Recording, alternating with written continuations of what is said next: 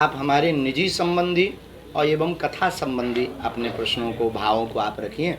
हम अपनी पूर्ण कोशिश करेंगे आपके प्रश्नों के जवाब देने की। परंतु राजनीतिज्ञ ना पूछना, ना कोई खींचातानी वाला राजनीति का हम पढ़ पाते हैं। बाबा जी राजनीतिक नहीं है, कर्नाटक में बजरंगबली का विरोध हो रहा है। हम सब भक्त हैं, आप भी भक्त हैं, उसको लेकर क्या करते हैं? हनुमान जी के विरोध या संतों का विरोध, भगवान का विरोध करने का अधिकार, किसी भी भगवान की, किसी भी पंथ के भगवान का विरोध करने का अधिकार ना तो इस पूरी दुनिया में है, ना हो सकता है, ना भारत में किसी भी व्यक्ति को है। अपनी अपनी निजी आस्था है। अपनी निजी आस्था के आधार पर अपने अपने इष्ट के प्रति समर्पित रहना चाहिए। ये हमारा दुर्भाग्य है कि जो हनुमान जी का विरोध अगर कोई कर रहा तो ये देश का और हमारा दुर्भाग्य है जो ऐसे लोग यहाँ हैं। आप हिंदुत्व की बात करते हैं बाबू जी। केरल में एक फिल्म आई है, केरला स्टोरी करके जी। उसमें हिंदू लड़कियों को कैसे फंसाकर उन्हें IAS आतंकी संगठन के पास भेजा गया, ऐसी कई केस स्टडीज की बात फिल्म के द्वारा की गई है। आप कैसे देखते हैं कि कैसे जो लव जिहाद का एक मुद्दा बहुत बड़ा देश में है और हमेशा कई पॉलिटिकल पार्टियां उसको दिखाती रही हैं, आप क्या कहेंगे? देखिए, केरल स्टोरी के जो निर्माता हैं उन्होंने दावा भी किया है कि ये 3 लड़कियों की कहानी सत्य है। और अगर ये यथार्थ पर फिल्म बनी है, आई सपोर्ट। और हम यही कहेंगे कि सत्य का उजागर होना ही चाहिए। वो सच्चाई एक ना एक दिन निकल कर आती ही है। और वर्तमान में प्रत्येक सनातनी हिंदू सत्य को प्रस्तुत कर रहा है। और लव जिहाद के विषय पर हम आपसे यही प्रार्थना करेंगे, हमारी बहन बेटियों को अब जगना चाहिए। हमने एक बात बोली थी, तेल का कनिस्तर होता है, उसमें हाथ डाल दीजिए, फिर तिल के बोरा में हाथ डालिए। जितने तिल आपके हाथ में छप जाएं, इतनी बार भी कोई दूसरे मजहब या पंथ का व्यक्ति सौगंध खाए, तब भी एक तिल बराबर भरोसा नहीं करना चाहिए। बाबा जी, लव जिहाद के बाद लैंड जिहाद का भी मुद्दा बहुत, लैंड जिहाद का भी मुद्दा भी आगे आ रहा है। पहले इसे हमें समझाओ, हम इससे जमीन कब्जा करना, उस पे मदरसा बना देना, मजार बना देना दुर्भाग्य है। हाँ, ये हमारे आपके देखते हुए हो रहा है, ये दुर्भाग्य है। बाबा जी, आपका कथा वाचन का कार्यक्रम जो है आयोजन बिहार में भी होने वाला है, जहाँ पे कुछ लोग उसका विरोध कर रहे हैं। जब पहले महाराष्ट्र में भी ऐसा हुआ था, लेकिन वहाँ पे एक सफल आयोजन हुआ। अब बिहार में आप जाने वाले, जैसे से तारीख नजदीक आ रही है, वहाँ विरोध बढ़ता जा रहा है। क्या ये सब चलता रहता है। देखिए, ये सब राजनीतिक विषय बनाने की कोशिश की जाती है, लेकिन हम सबके हैं। जो भी हमारे पास आएगा हम सबका स्वागत करेंगे। ना तो हम किसी पार्टी के हैं, ना हम किसी की फिक्स एजेंडे के हैं। हमारे लिए सभी सम्मानीय हैं। और ना हम कोई धांधली फैलाते हैं, और ना हम कोई वैमनस्यता फैलाते हैं। हम केवल अपने पंथ, अपने धर्म, सनातनी हिंदुओं की एकता की बात करते हैं। और अपनी एकता की बात करना हमें लगता कि गुनाह नहीं है, और अपने इष्ट का प्रचार करना संविधान में भी है। अगर कोई विरोध कर रहा तो हम भगवान से प्रार्थना करेंगे, भगवान सब पर कृपा करें। हमारे भी वो अपने हैं जो विरोध कर रहे हैं, जो हमारे साथ हैं वो भी अपने हैं। हमारा कोई भी विरोध नहीं। आपसे आपत्ति क्यों है? लेकिन बाबा जी, ऐसे लोगों को क्यों आपत्ति आपसे? देखिए भगवान, ऐसे लोगों को इसलिए आपत्ति हो सकती है कि शायद वो किसी अन्य मिशन में लगे हों। विरोधाभासिक मिशन जब होता है और व्यक्ति का पूर्ण होता दिखाई नहीं देता है, तो प्रायः तो वो इस प्रकार की गतिविधियां करता है। कर्नाटक में जो चुनाव प्रचार हुआ, उसमें बजरंग दल को बैन करने की बात कांग्रेस ने की और उसे बीजेपी ने बजरंग बली से जोड़ने की पूरी कोशिश करती दिखाई दी। बजरंग बली का नाम इस तरह से चुनाव में खिसता दिखा। और एक तरह पहले के जमाने में व्यक्ति माध्यम होता था, ईश्वर का प्रचार होता था। आज के जमाने में ईश्वर माध्यम है, व्यक्ति का प्रचार होता है। और बजरंग बली के ऊपर बैन लगाना या बजरंग दल एक विचारधारा हो सकती है। विचारधारा में तरह तरह के लोग हो सकते हैं, लेकिन हनुमान जी के नाम पर बैन नहीं लगा सकते हैं आप हमारे राष्ट्र में। बाबा जी, बिहार के मंत्री हैं तेज प्रताप, उनके ये शब्द हैं कि बाबा बागेश्वर को बिहार में घुसने नहीं देंगे। भगवान की इच्छा, हनुमान जी की इच्छा पर हम चलते हैं। बालाजी की जैसी इच्छा होगी वैसा होगा। हिंदू राष्ट्र पर जो बयान आप देते आए हैं, वो हिंदू राष्ट्र होना चाहिए, क्या जिस तरह की स्थिति बन रही है? हिंदू राष्ट्र घोषित होने वाला है। ये हमारा कोई नया बयान नहीं है या कोई नई तरकीब नहीं है, या कोई हमको फेमस होने के लिए हमने कोई फेम पकड़ रखा है। हमने तो महाराष्ट्र के ही वीर और महाराष्ट्र की ही धरोहर और समूचे भारतवर्ष की शान छत्रपति वीर शिवाजी महाराज का जो हिंदवी राज्य की स्थापना का संकल्प था, उस संकल्प को दोहराया है। उस संकल्प को हमने सिर्फ बताया है कि भारत के हिंदू अगर तुम भूल गए हो तो बस अब जग जाओ। जो पूर्व काल में, पूर्व समय में हिंदवी राज्य की स्थापना की बात हो रही थी, हमने उसे हिंदू राष्ट्र के साथ प्रस्तुत किया है। अब लोगों का काम है, हिंदुओं का काम है, हिंदुओं को अगर सुरक्षित रहना है, हिंदुओं को अगर संरक्षित रहना है, सनातन को और आगे तक बढ़ाना है, तो हिंदू राष्ट्र की घोषणा करवाएंगे, नहीं तो साधु तो अपना काम करता हुआ चला जाए। आपके इन्हीं भाषणों के और इन्हीं हिंदू राष्ट्र की बात करना या फिर धार्मिक बात करने को लेकर आपको नोटिस भी दी गई है कि कोई ऐसी बात आप करें अमरनाथ में जिसमें से आप हमें कोई दिक्कत नहीं, नोटिस हमें स्वीकार है। हम प्रायः कभी ऐसी बात नहीं बोलते हैं जिससे वैमनस्यता फैले, लेकिन हमको बोलने का अधिकार जितना हमें संविधान ने दिया है, इस राष्ट्र में प्रत्येक व्यक्ति को है, जितना आपको बोलने का अधिकार है उतना तो हमें भी है ना। तो हम अपनी बात रख सकते हैं ना, मानना ना मानना बात। हाँ, हम किसी मजहब के खिलाफ बोलें, हम किसी भगवान के खिलाफ बोलें, हम किसी पुस्तक के खिलाफ बोलें, हम किसी व्यक्ति के खिलाफ बोलें पर्टिकुलर, तो बात अलग है।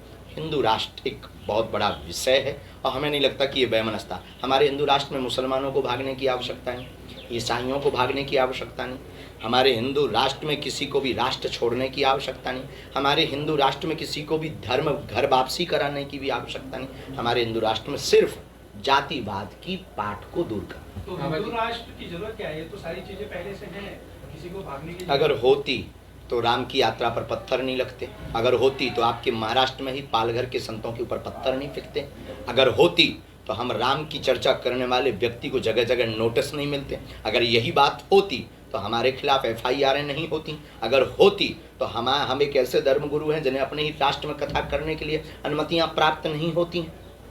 फिर आप ये कैसे कल्पना करेंगे कि ये हिंदू राष्ट्र है घोषित हो जाए तो हमें लगता है राम के ऊपर पत्थर नहीं फेंके। किस तरह का बदलाव होगा जब हिंदू राष्ट्र हो जाएगा आपके हिसाब से? बहुत सुंदर प्रश्न है आपका। हिंदू राष्ट्र के बाद जब हिंदू राष्ट्र की घोषणा होगी तो ये जो जातिवाद की बार बार रोटियां, जो बार बार बैकवर्ड और फॉरवर्ड के नाम पर भिड़ाया जाता है और पॉलिटिक्स की जाती है, हिंदू राष्ट्र के बाद ये सब समान हो जाएंगे, हम सब हिंदू हो जाएंगे। सबसे पहले हम हिंदू हैं, हिंदुत्ववाद की बात होगी और इसमें फिर ना कोई बैकवर्ड होगा ना कोई फॉरवर्ड होगा। हिंदू राष्ट्र के बाद में ये जो बार बार पंथ और मजहब की लड़ाई छिड़ जाती है ये नहीं होगी। आप अपने जिनको मानते हो आप मानिए, और ये राष्ट्र सनातन का राष्ट्र है, हिंदुस्तान ही हिंदू राष्ट्र नहीं होगा। हमारे हिंदू राष्ट्र के बाद तीसरी जो बदलाव बहुत प्यारी आएगी, वो तीसरा बदलाव इतना अद्भुत आएगा कि क्या कहना। तीसरा बदलाव ये आएगा कि जितनी भी अभी वर्तमान में जितने भी चुनाव होते हैं भगवान के नाम पर होते हैं, जब हिंदू राष्ट्र की घोषणा हो जाएगी, हिंदू राष्ट्र घोषित हो जाएगा तो भगवानों के नाम पर चुनाव नहीं होगा, हिंदुओं के नाम पर, मुसलमानों के नाम पर चुनाव नहीं होगा, न हमको देश में लड़ाया जाएगा।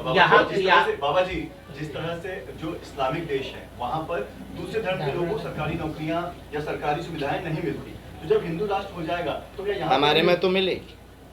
हमारे में तो मानवता के पुजारी हैं, हम किसी पंथ या मजहब के विरोधी नहीं है। हमारे में तो मुसलमानों, आपको हम क्या बताएं, 500 से 600 परिवार मुसलमान हमारे डिवोटी हैं, हमसे जुड़े हैं, अब वो उनको मानते भी हैं। और कल ही कथा में एक यहाँ के जो सच्चे मुसलमान हैं वो कल कथा में आशीर्वाद लेकर गए।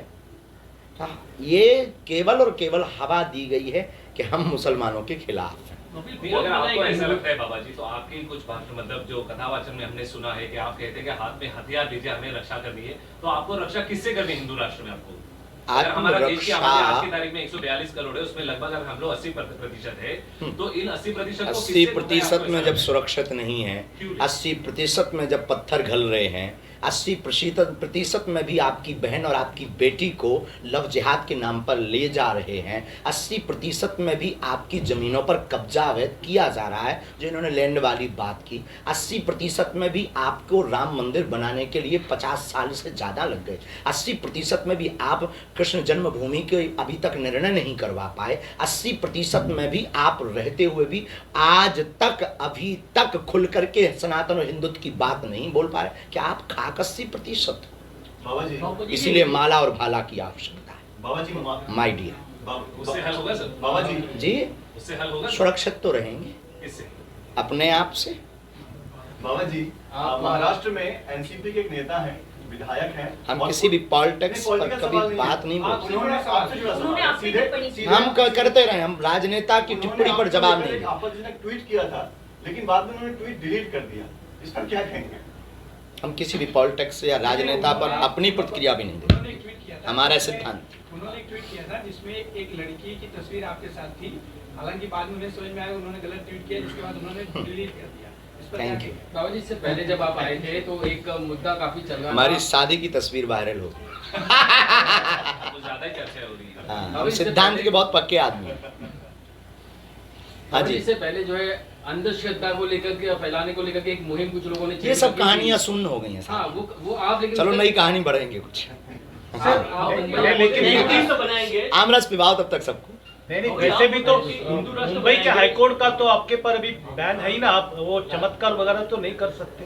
चमत्कार हम करते ही नहीं है, चमत्कार तो हमारे इष्ट हनुमान जी करते हैं, उनको रोकेंगे आप?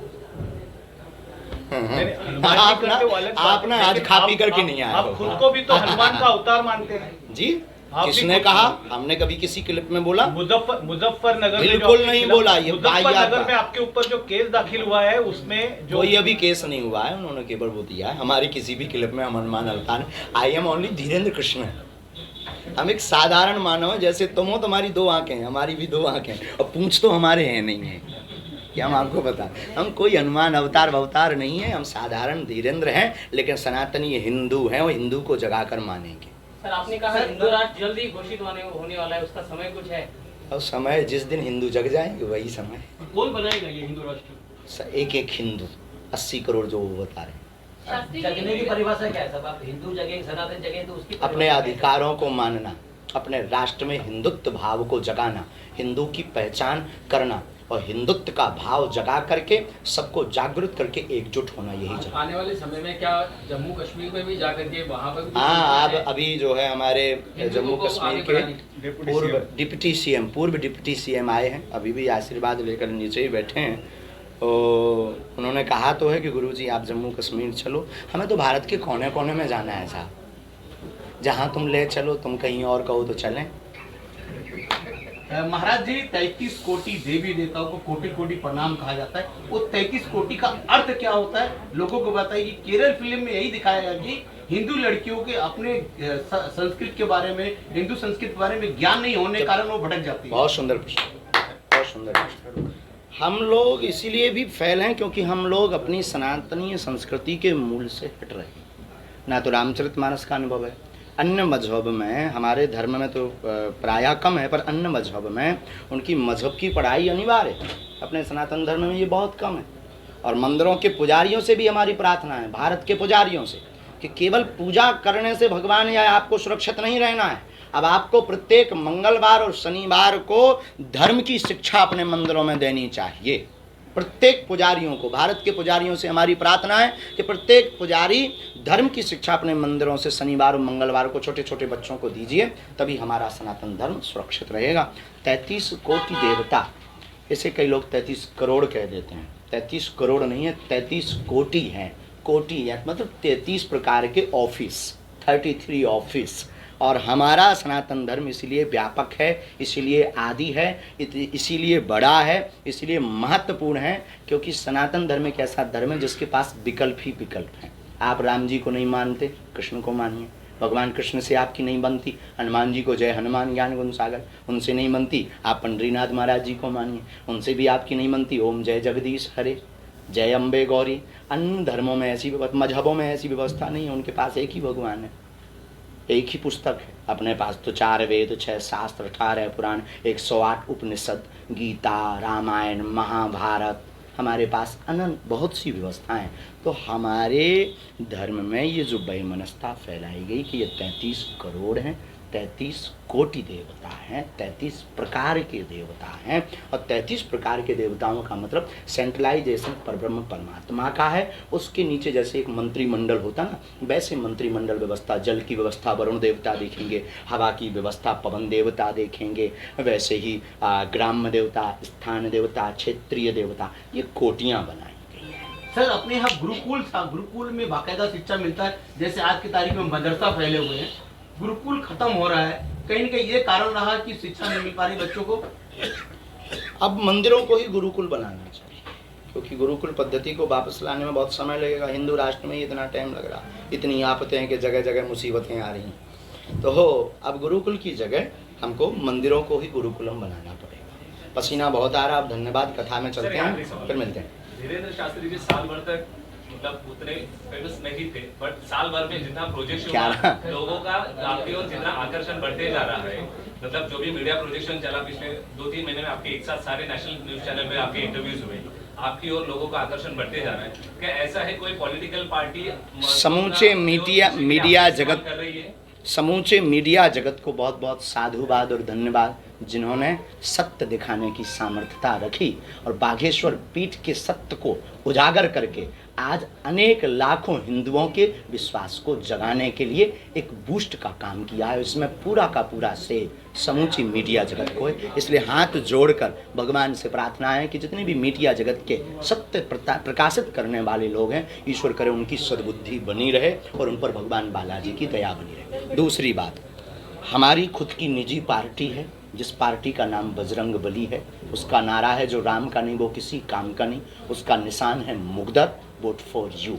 हम किसी पार्टी के न सपोर्टर थे, और जब तक प्राण रहेंगे तब तक हम नहीं रहेंगे। और राजनीतिक विषय से हमको कोई भी पार्टी खींचने का कोशिश भी मत करें। धन्यवाद। तो भाजपा का एजेंडा है, तो वही एजेंडा लेके आप चल रहे हो? नहीं भगवान, ऐसा नहीं है। हिंदू राष्ट्र हिंदुओं का एजेंडा है। आप पार्टी से जोड़ रहे हो, ये आपकी मानसिकता है।